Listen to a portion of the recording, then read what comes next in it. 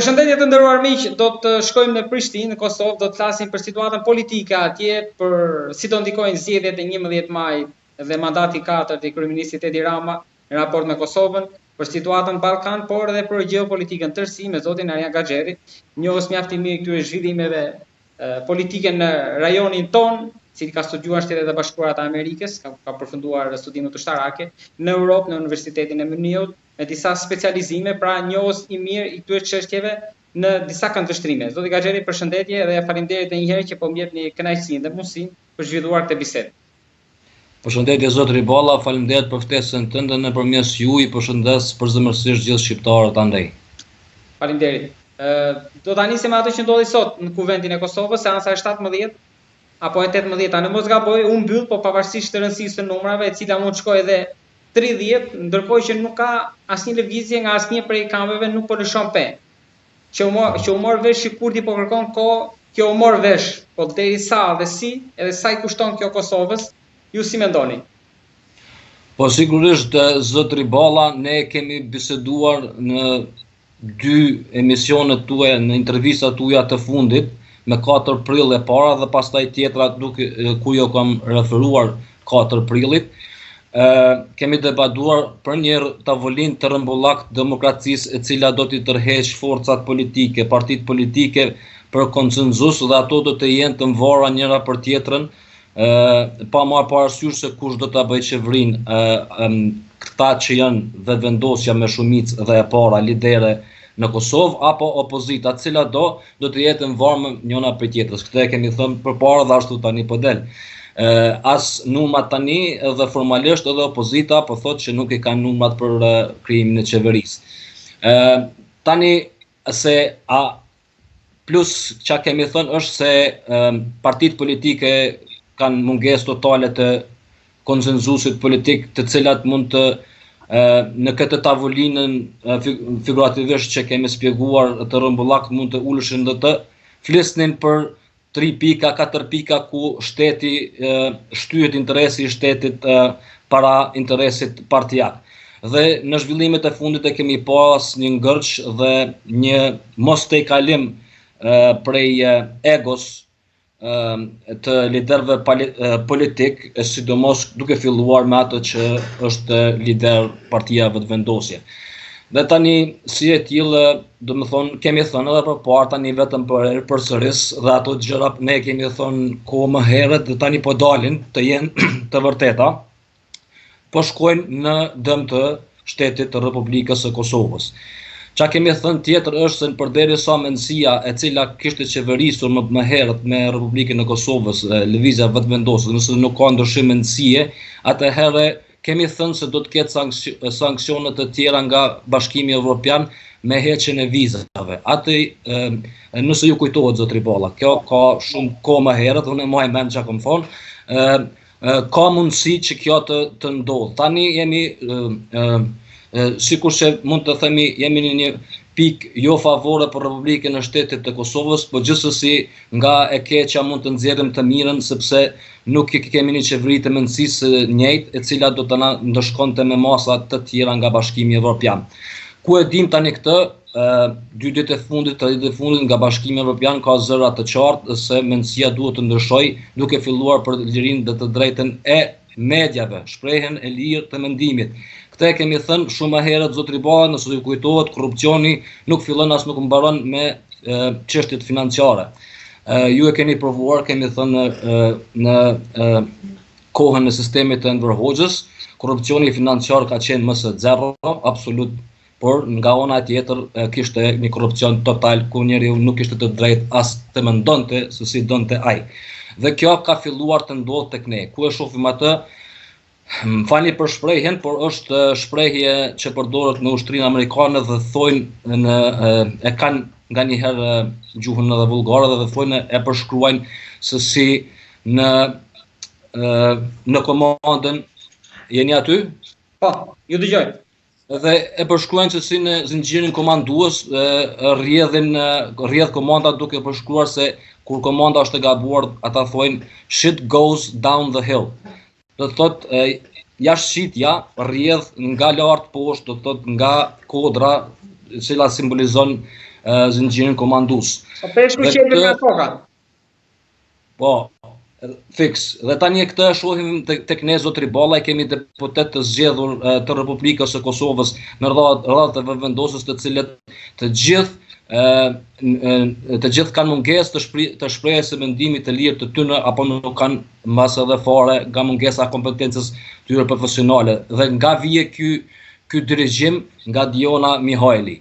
Dhe jo vetëm deputetët, por edhe kryeministri është tani dihet që ai i ndjek këto fjalimet që s'ka shkruar Diona Mihajli.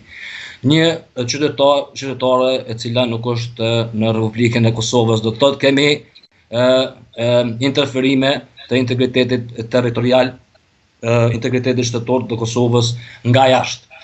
Pastaj kemi reprezentim të dobët të deputetëve të cilët në mënyrën më vullgare paraqiten në Republikën e Kosovës nga dukja e tyre, nga veshja e tyre. Do të thotë ka rënje drastike të reprezentimit nga ajo që kemi pasur në përfaqësimin e pas luftës tani.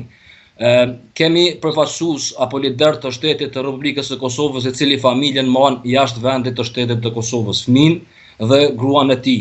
Dhe kjo thot shumë. Unë nuk e di një shembull tjetër në shtete të tjera kur një lider i një shtetit e bën të njëjtën gjë. Do të thotë është një mos respekt ndaj vendit total dhe në të njëjtën kohë gjuan bën përçarjen mes qytetarëve deri në qelizën e shtetit e cila quhet familje. Do të thotë këtë e bën dhe duke i akuzuar të tjerët për akte të tradhtisë. Ndërkohë që gruaja e liderit ton këtu bën fonde në Republikën e Serbisë, shkruan libra atje dhe pastaj vije këtu e feston fitoren e zotrit Kurti. Sa e përket zotrit Kurti, unë kam vetëm një lavdat për të, i cili ka ardhur në kohën kur e djatha nga komoditeti i tepërt filloi edhe të paraqitet korrupsioni i lartë, e cila është e vërtetë, dhe zotri Kurti e ka një të mirë sepse ju ka treguar të tjerëve se nuk janë vetëm ata këtu. Ndërsa sa e përket aspekteve të patriotizmit dhe zhvillimit të Republikës së Kosovës, ka mangësi të skajshme nga leadershipi. Siç do të ndodhë në të ardhmen, tani kemi edhe zhvillime ku propozime nga të huajt austriak, por amerikanët as nuk kanë shfaqur ndonjë interes. Pra janë futur austriakët tani, e kanë marrë austriakët skenën që kishin amerikanët deri para pak kohësh, tani janë austriakët. Po, është kjo, do të thotë zotri Balla, fatkeqësisht gjatë luftës dhe para luftës ka këtu njerëz të cilët kanë qenë përfaqësues diplomacisë dhe interferimeve franceze, të cilët kanë evoluar, kanë ikë nga gjiri i francezëve tek ata amerikan. Por të ikësh nga gjiri amerikan të shkosh në gjirin francez, të fascinohesh pas gjuhës franceze dhe të kesh pasion, të jesh duhet sinqerisht duhet të jesh një romantik i papar ndonjëherë në historinë shqiptare që ta adhurosh as shumë diplomacinë dhe politikën franceze, që do të thotë që nuk ka asnjë gjë të mirë në shërbim të shqiptarëve në këtë drejtim dhe këtë tani dita ditës po shohim. E kemi nuk e di sa mund atë ju përgjigjem për aktualitetin në Kosovë. Këto janë, do të thotë, përçarje të skajshme ndër popullor, do të thotë popullata shqiptare e Kosovës, brenda Kosovës, jashtë Kosovës, dirigjohet duke e përdorur urrëtitjen që kanë, inatin që kanë dhe xhelozinë që kanë ndaj njëri tjetrit për të do të thotë për të komanduar apo për të jetë një pushtetar të cilin e kemi zgjedhur këto vitet e fundit. E shikoni zgjidhjen në Vjesht në dy palë zgjedhje për një herë? Tani ka një propozim nga Austria kur me sa arrita ta lexoj që kryetar kuvendit të bëhej zoja Vjosa Osmani, kryeministër zotri Albin Kurti dhe president nuk e mora mesazhin se kush do të ishte. Do ishte ideale që zoja Osmani të zgjidhej Kjo do ishte ideale që Zoja Osmani të zgjidhej kryeparlamentare, zotri Kurti kryeministër dhe nga radhët e Partisë Demokratike dikush president. Dhe kështu pastaj nga viti i ri më pas diku në praverën tjetër, ndoshta në dimrin e vënshëm, do të vinte një babadimër për një dhuratë speciale në politikën e brendshme në Kosovë. Nëse kjo ndodh, në të kundërtën është e papranueshme të provosh të njëjtën gjë dhe me prit një rezultat tjetër. Do thotë kjo është një tallje e skajshme me vendin ton, duke vë egon, ku Freudi do thoshte se brenda njeriut ego është paraqitja e majmunit, i cili nuk njeh të mirën objektive, vetëm atë subjektive të unit të tij, dhe të vësh do të thotë egon para në nivelet më të larta të një shoqërie, në këtë do të thotë volum të skajshëm 17 herë të njëjtin person për me bo kandidat për kuvendin e Kosovës, kur ne kishim zotri Konjufcën, pse nuk kandidohet zotri Konjufca për të njëjtën pozitë? Apo dikush tjetër, zotri Bolla? Është keq për të thënë, unë kam 100 metra këtu, as 100 metra furrën ku blej buk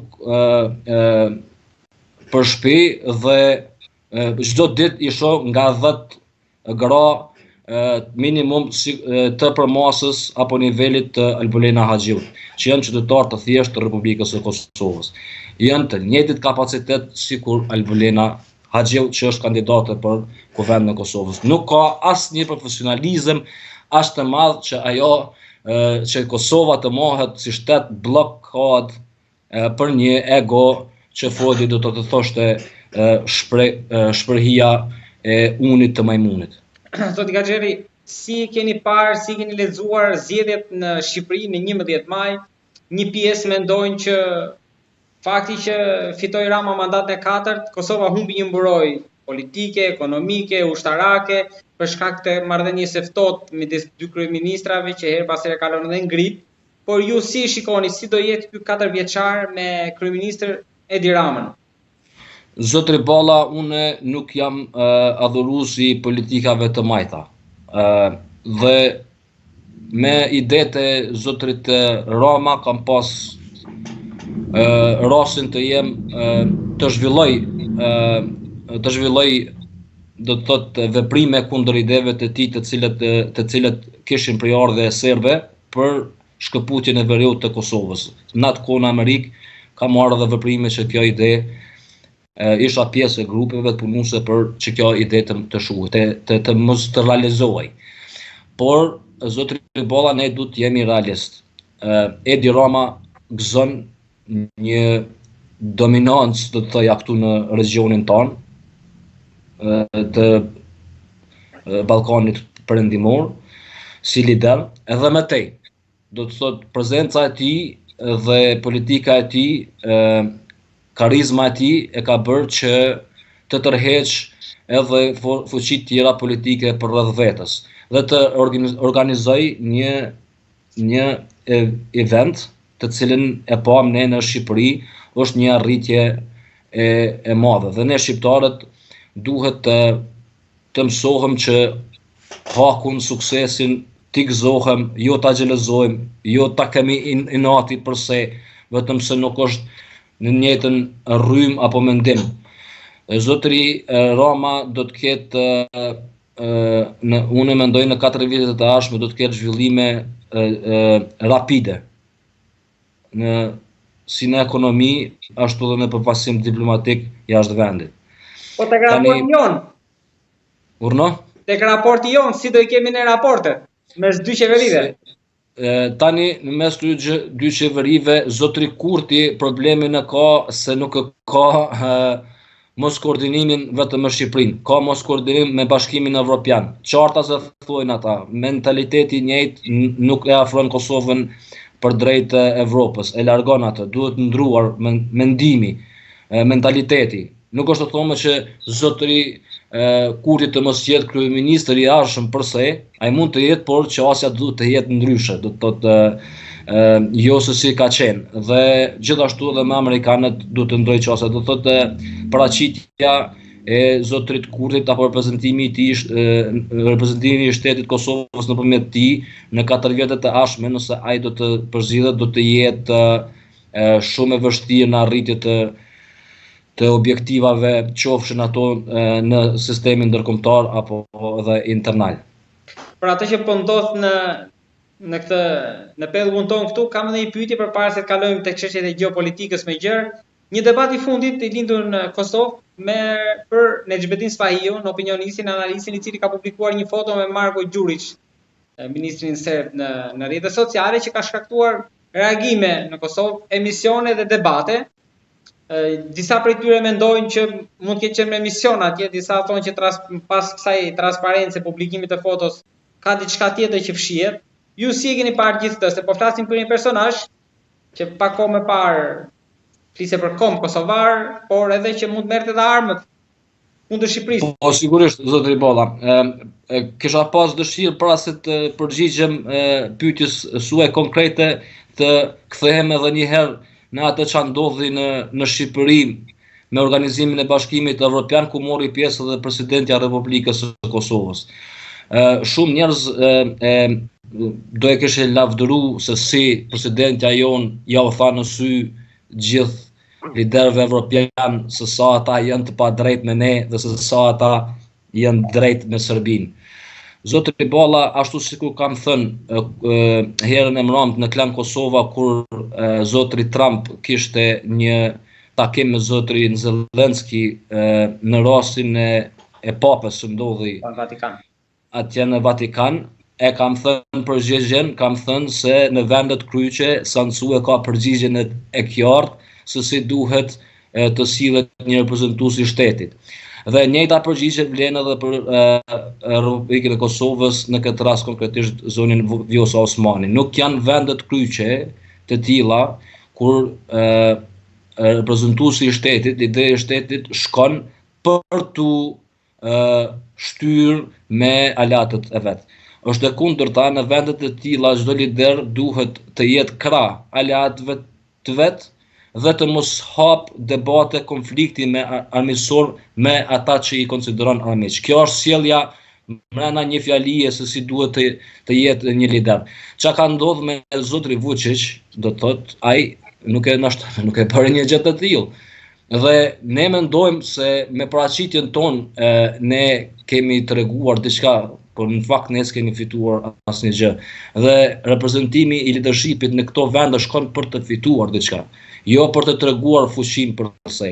Atë e pam edhe me zotrin Trump, me Zelenskin, kur në një debat në Klan Kosova unë thash për ditë më shumë zotri Trump pa e merr përgjigjen se është e pamundshme ta arrihet një marrëveshje në atje. Dhe konkretisht nga pamja vizuale me zotrin Zelenski, një pamje krejtësisht e kundërt me atë që kemi parë në shtëpinë e bardhë.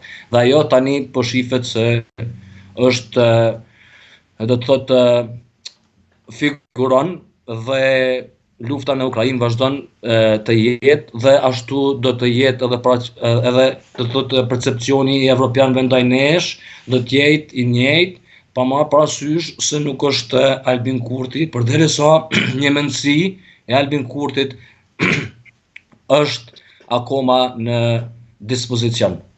Me që më rikthye te samiti edhe një herë, kush nga deklaratat apo sjellja ju bëri më shumë përshtypje tek liderët, nga Erdogani, Macroni, Merzi, Meloni? Zotri Bolla, ne këtu shqiptarët që kam pa, unë e them tani për mos thirë në detaje që kam pa është se unë e kam thënë shumë kohë më herët, në kohën kur është bërë marrëveshja e avionëve bombardues Francë-Serbi, kam thënë se Macron është duke parë një port lidhëse nëpërmes Vučićit për të krijuar një linjë diplomacie me Putinin. Këtë e kam thënë atëherë. Zotri Bolla, një kështu mirëseardhje të lehtë nga zotri Macron ndaj Vučićit është treguar në këtë summit këtu. Do thotë përkundërse gjithë ç'a ndodhi kur Vučić shkoi te Putin, dhe gjithë e prisnin se ai do të trajtohet keq, dhe kush është Macron tani?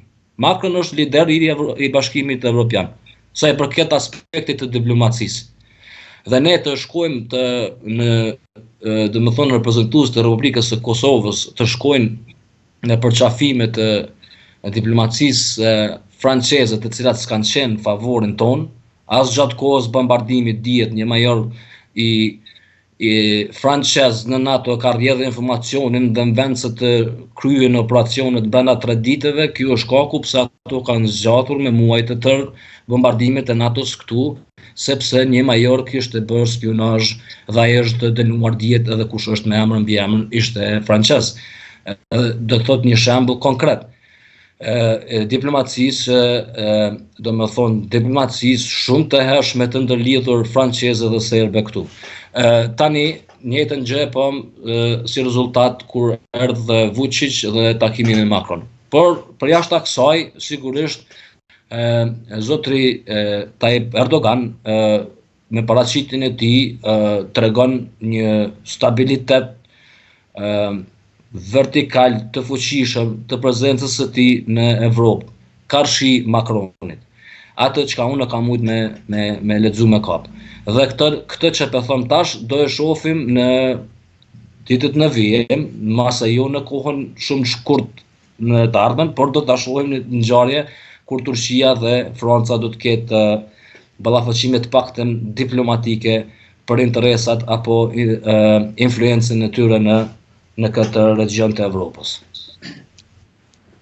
Tani pyetja është për çfarë do jetë ballafaqimet, sepse më e rëndësishme se sa ajo që unë nisa t'ju pyes për një koment për zotin Spahiu, në këtë rast është ballafaqimi mes Turqisë edhe Francës në të ardhmen e afërt që ju thatë në këtë region. Po, atë e shoh unë. Atë e shoh unë, edhe unë jam i gatshëm, nëse nuk dal ashtu, jam i gatshëm edhe me kërku falje. Këtë nuk e di, por çka mund të lexoj nga pamja çka kam pa, është se Macron edhe Turqia do të ketë një përplasje të paktën diplomatike për influencat e tyre së pari në vendin kur ne jetojmë dhe besa edhe më gjerë në Evropë. Se sa i përket kush do jetë zoti Ballkani tani, Erdogani apo Macroni? Po kjo do të jetë një pashmangshme një garë mes në dy vendeve, se sa do të ketë ndikim Macroni në Turqi, brenda Turqisë, nuk lën shumë hapësinë. Pse nuk lën shumë hapësinë? Zotri Balla kur u ndrua udhëheqja në Siri,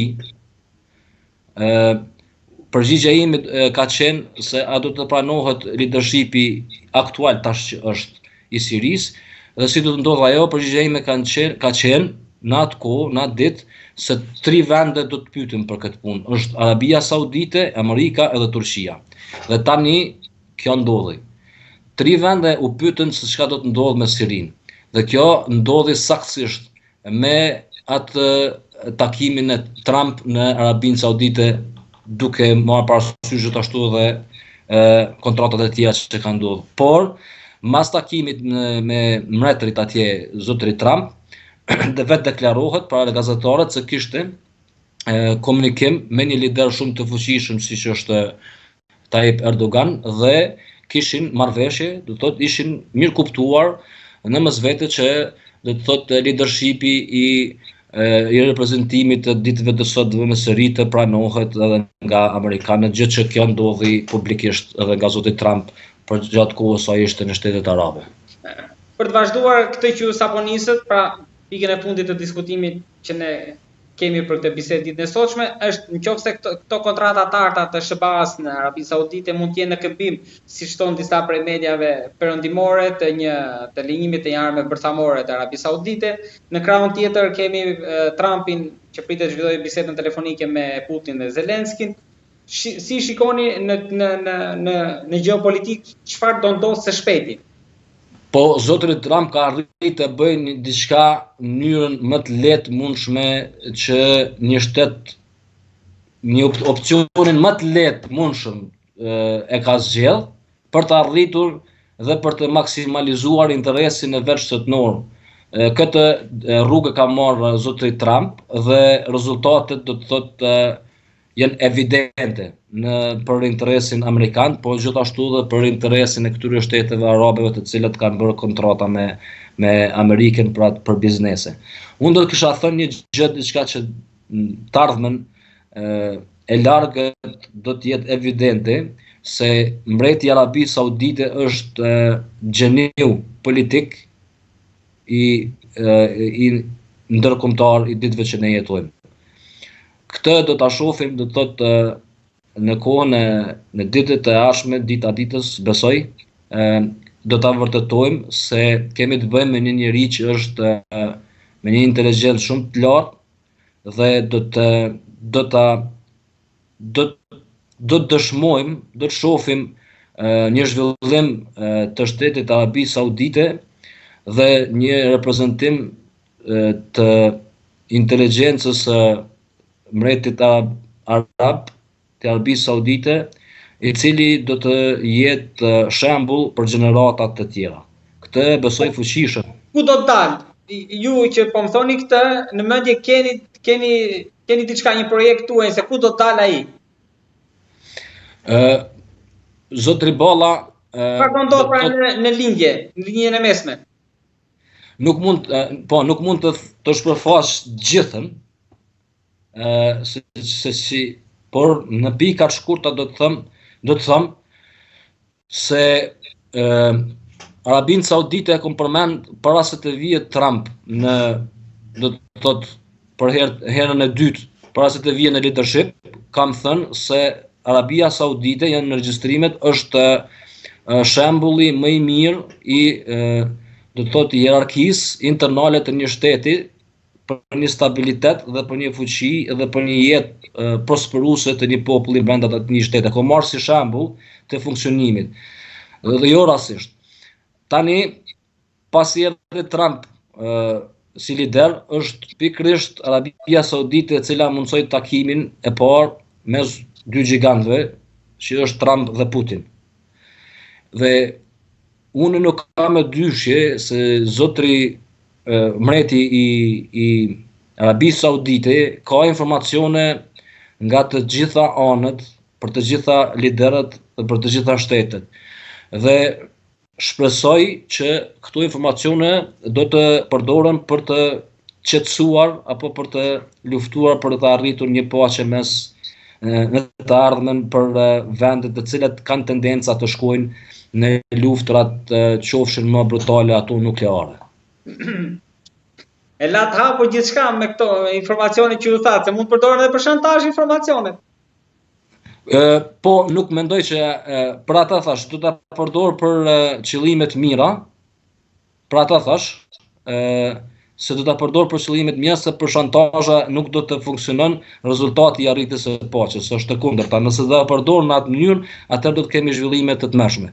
Por unë besoj që ai do të jetë një vend takim do të jetë pikë takuese mes shumë liderëve, të cilët do të kenë një vend të quajmë ashtu të pleshëm apo të përbashkët për të arritur në një marrëveshje për paqe në sistemin ndërkombëtar. Zotri Balla, sepse ne jetojmë në kohën e intelektit, të cilin e quajmë impreht, njëri impreht, dhe çdo gjë e impreht pren, nuk qep, po pren. Dhe ne jetojmë me atë percepcion në mes vete, sepse por zotri mbreti i Arabisë Saudite ka një inteligjencë për te asaj që quhet të jesh vetëm mënyrë për të arritur qëllimin është të jesh impreht. Më intriguat edhe pyetjen e fundit tani, nuk do ta bëj për Ukrainën, por tek kjo me Arabinë Saudite, raportin me Sheban, i humbur i madh, mund të themi që është Netanyahu këtu? Nuk do të thoja që është Netanyahu humbës, po sigurisht do të thotë autoriteti i tij është në rramje, për shkak të zhvillimeve që apo për shkak të leadershipit të mbretit të Arabisë Saudite. Dhe sigurisht do të paraqitet e tij apo fuqia e Netanyahut në sistemin ndërkombëtar është vetëm duket se është duke shkuar në hije, dhe gjithnjë më shumë leadershipi i Arabisë Saudite është i do të thotë nuk është çështje se vullnetit mbretit të Arabisë Saudite apo dikujt tjetër, po është çështje të vërteta se e kanë të pashmangshme që të tregojnë, që të paraqiten ndërkombëtarisht tani për atë që ata mbajnë në vete. Zoti Gaxheli, faleminderit shumë për zbërthimin e këtij aktualiteti, jo vetëm Kosovë edhe rajon, por edhe të gjeopolitikës, duke e bërë më të thjeshtë për ne edhe për shikuesit tanë. Të falenderoj shumë. Zotri Bolla, faleminderit edhe për juve për ftesën, edhe për t'ju përgjigjur për Nejmedin Spahiun, për të mos ju merr borxh. Zotri Nejmedin Spahiu e ka mendimin e vet, është mendimi tani dita ditës më shumë edhe i izoluar, se si ai e shpjegon kombin, se si ai e definon kombin, se si është mendimi i tij i lirë. Unë e respektoj, por nuk më duhet dhe nuk më hyn punë ajo asnjë gjë, dhe si e tillë tani për ditë më shumë njerëzit po e shohin se po e izolojnë mendimin e tij, pa marrë parasysh se si pa dashur me gjyku, por kaq. Paraqitja e tij me anën serbe është një do të thotë zotri Nejmedin Spahiu është njohur sikur më shumë konservativ. Tani me paraqitje të tilla tregon të kundërtën të asaj që është treguar, vetë deklaruar, do të thotë është një akt shumë liberal, i skajshëm, që të shkojnë dhe të takohet në ditët e sotme në forma të tilla. Ka edhe njerëz tjerë që takohen për shembull me figurën e Sheshelit, cila nuk e di se si mund të arsyetohet, po si të qoftë pa qenë liberal i skajshëm, nuk mund të ndodh apo takimet të tilla. Unë të falenderoj shumë për përgjigjet e herë të fundit, por edhe për çështjet që diskutuam më lart. Faleminderit zoti Bolla, shpresoj që jam përgjigj pyetjeve tuaja dhe shpresoj që dikush të më mbaj për fjalë dhe të më thotë dikur që kjo. Fakti që ne jemi duke biseduar do thotë që bisedat që kemi zhvilluar kanë qenë në këtë linjë që ju thoni, pasi nëse do të kishte të kundërtën, nuk do kishim biseduar në vazhdim, por fjalët tuaja jo vetëm në Kosovë, edhe për Shqipëri edhe për raportet që ne duhet kemi mes dy vendeve, por edhe për zbërthimin e gjeopolitikës, intrigave të mëdha e luftës së madhe për interesat, fjala dhe analiza juaj ka rezultuar koherente edhe ka dalë në ashtu sikur ju e keni parashikuar, ashtu sikur ju keni analizuar më saktë. Kështu që po zotri Bolla, kërkesat e Shqipërisë për bashkëpunim janë më të larta se Kosovës me Shqipërinë. Këtë dua ta them. Prej arritjes marrëveshjes që ne kemi fol për të, për ushtrit tona në aspektin e sigurisë, kërkesat për bashkëpunim, do të thotë për hapa të më të tjeshme, të përshpejtuar për bashkëpunim dhe zhvillim, kërkesat janë shumë më të mëdha nga Shqipëria dhe neglizhenca shumë e madhe nga Kosova. Kaq po ta më thon. Faleminderit. Uroj që ky mandat jetë më intensiv. Unë të falenderoj shumë. Faleminderit. Arjan Rofsë, të uroj më të mira. Zot mirë.